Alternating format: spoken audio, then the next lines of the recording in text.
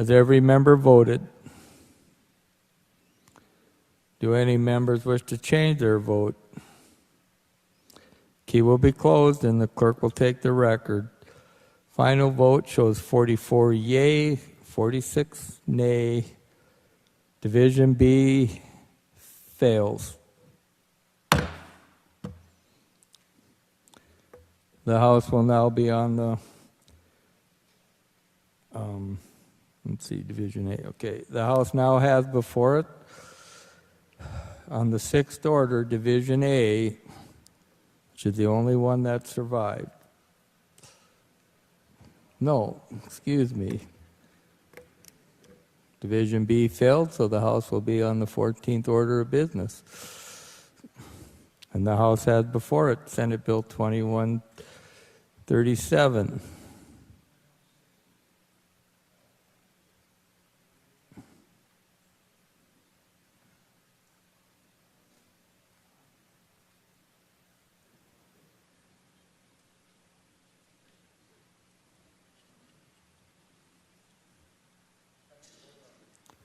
Huh?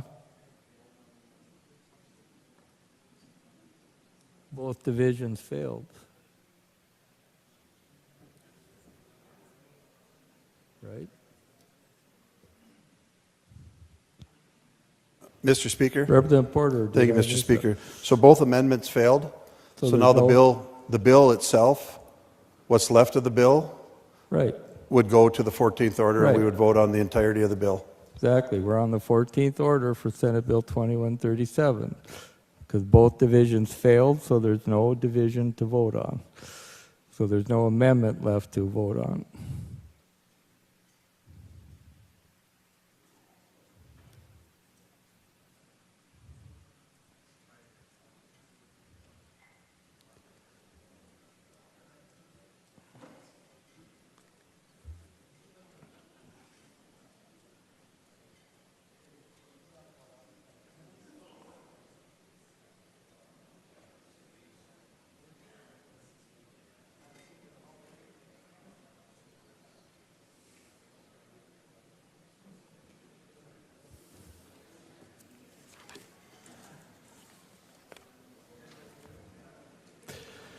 The House has before it on the 14th order Senate Bill 2137, which has been read. Mr. Chief Clerk. Thank you, Mr. Speaker. Engrossed Senate Bill 2137 was introduced by Senator Boehm and other House and Senate sponsors. Engrossed Senate Bill 2137 is a bill for an act to create and enact a new section of Chapter 20.1-05 of the North Dakota Century Code relating to the use of supplemental feed for hunting and to provide for an expiration date. Mr. Speaker, your Energy and Natural Resources Committee recommends that Senate Bill 2137 do pass with 8 yeas and 4 nays and 1 absent or excused and not voting. Mr. Speaker. Representative D. Anderson. Thanks, Mr. Speaker and members of the House. Actually, the bill would come out of the committee with no recommendation because the amendments have been removed, so vote as you wish, and thank you. I think we've discussed the bill enough. Is there any discussion? Representative M. Ruby. Thank you, Mr. Speaker and members of the Assembly. So I'll give the proponent side of it, I guess. So we allow supplemental feeding year-round. We have a hay deprivation program where Game and Fish can put any amount of feed out to keep deer away from hay reserves for ranchers. A landowner can leave strips of crop up during harvest and shoot deer out of that, or plant specifically for that reason without penalty. There's also feeding intended for cattle and a ton of other different situations where deer are congregating, not even mentioning, well, I guess I'll mention it now, but their natural tendency to congregate. So we have these situations and it's fine to bait. But once you put feed on the ground with the intent to hunt over it, it's not okay. This baiting ban from Game and Fish isn't about chronic wasting disease. It's about whether or not the department thinks baiting is ethical or not. Every state that has had chronic wasting disease has followed these same mitigation steps, and every state has failed to stop the spread. Game and Fish isn't even trying to attempt something different here. They don't have data that shows that banning baiting does anything to prevent the spread.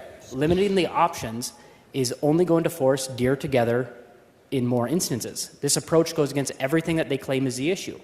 If you take a look at what other states have done that have had the big decreases in the deer populations, you will almost always see culling of the herd being a part of their mitigation plan. Chronic wasting disease and baiting didn't drop the numbers, the state did. The other thing that gets ignored when opponents talk of this bill is the populations of other big game. Saskatchewan, for example, which is where a lot of our positive deer are coming from, has exploding elk and moose populations, which limits the habitat and causes those different herds to fight for that limited resource, which causes the herds to decrease in number or they migrate, which is why we're getting them here. So much so that a couple sessions ago, we actually had to split one of our elk units in half and put another 100 tags into it on our northern border. And this was because we were getting reports from ranchers up in that area that elk were coming down and unrolling their round bales. I'm not saying that chronic wasting disease isn't something that needs to be monitored, and I'm not saying that we shouldn't be trying to prevent the spread, which is why I supported that study. We're going to get it either way, because they're doing it now. We start every session in Energy and Natural Resources with a report from the different departments that come before us a lot. We had presentation from Game and Fish about this, so that they still have their opportunity to present it to the committee then. I think to legislative management would have been fine, but either way, we're going to get it. I am, however, contesting whether or not there's data that indicates baiting has a negative effect. Now, I don't have the master level certification on this topic that the bill carrier had, but I have yet to find any study that proves a negative effect of baiting, because none of the studies take a look at a holistic look at all the different aspects that go into this. And if you take that look at all of it, you'll start to see different things that get left out of reports that indicate why there's a reduction in herds, which is where I talked about the culling of herds and the other populations. But without a holistic look, the studies are worthless. So we take away Game and Fish's ability to ban baiting. That is one step in their thing that they don't, in their toolbox, that they don't even have the data to back up that it makes that big of a difference, if any at all. So I think we can vote on this bill. They're still going to have an ability to monitor and take a look at other options. We discussed a ton of different options last session, and none of them even got picked up. None of them even got considered by Game and Fish. So there's options out there. They're still going to be able to try to do what they can to prevent the spread of chronic wasting disease, but saying that hunters can't bait does nothing, and we shouldn't be limiting that. So I hope that we can go vote green on this bill. Thank you, Mr. Speaker. Representative Twite.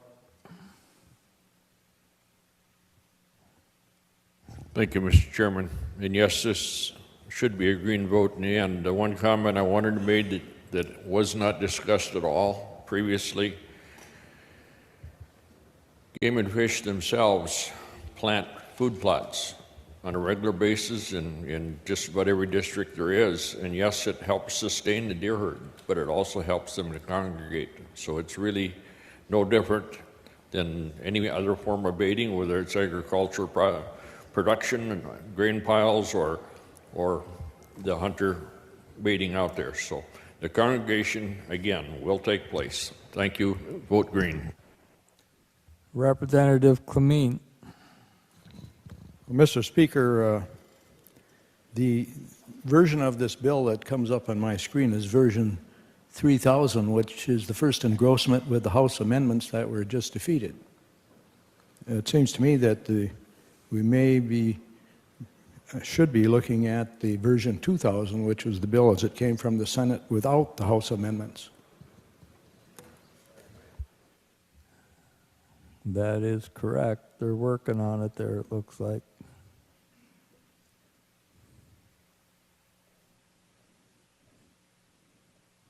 Is everybody clear what version we're actually voting on? So we're okay to go forward instead of waiting for the laws to pick up? Okay. Representative Porter. Thank you, Mr. Speaker, members of the Assembly.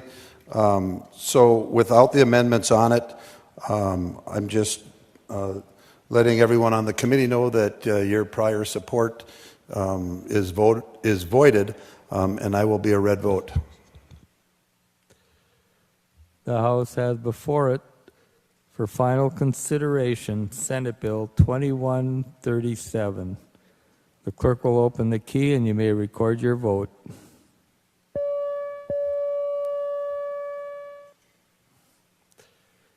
Has every member voted? Do any members wish to change their vote? Key will be closed and the clerk will take the record. Final vote shows 56 yea, 34 nay. Senate Bill 2137 is declared passed.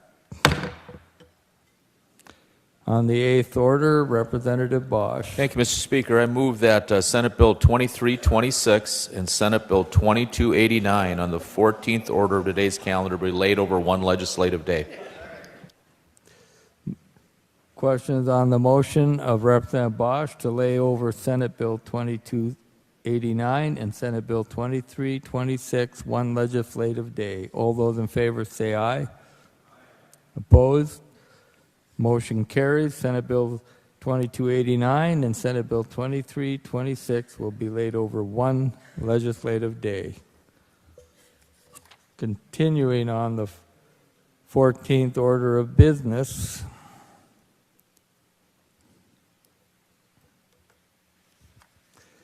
The House has before it on the 14th order Senate Bill 2325, which has been read. Mr. Chief Clerk.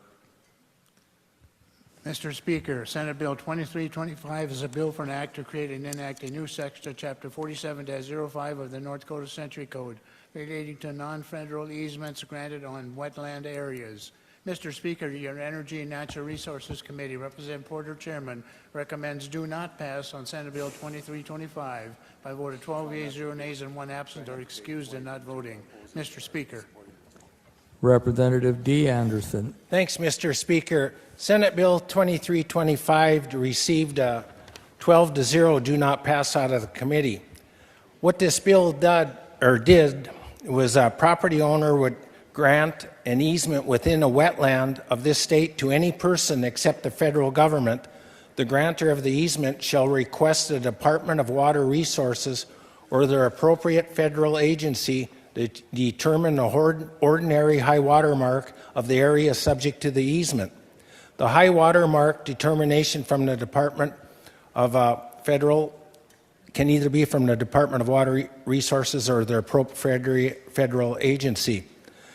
The high water mark is basically when you have a high water period, that's where the water level is.